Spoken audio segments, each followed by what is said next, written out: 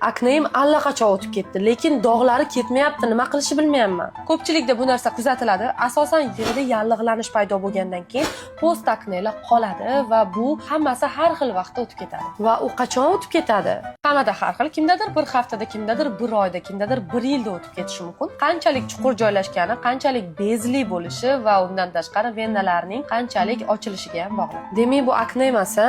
Yo'q, bu yallig'lanish ko'pincha bunaqa paytda sizni uxudlaringizga bog'liq bo'ladi, teringiz yaxshilanishi. Nima yordam beradi o'zi menga? Asosan teri baryerasini tiklovchi vositalar, niasinamid, azelaic oksidlar ishlatishingiz mumkin. Undan tashqari vitamin C ham yordam beradi, u ham aknening qandaydir boshqacha turiga kiradi. O'sha uchun ham yuzga qarab tanlash kerak. SPF kerakmi o'zi? Voy, albatta hammaga kerak SPF. Значит, men kislotalar ishlatmasligim kerak, to'g'rimi? Albatta, birinchi navbatda tiklantirish, undan keyin sekin-sekin teri tiklanib, o'zi post aknelar yo'qolishni boshlaydi. Menga uxud yig'ib bera olasizmi? Voy, albatta, bizga murojaat qiling. To'liq uxud tanlab berib, bad kontrolim har doim tekshirib turamiz.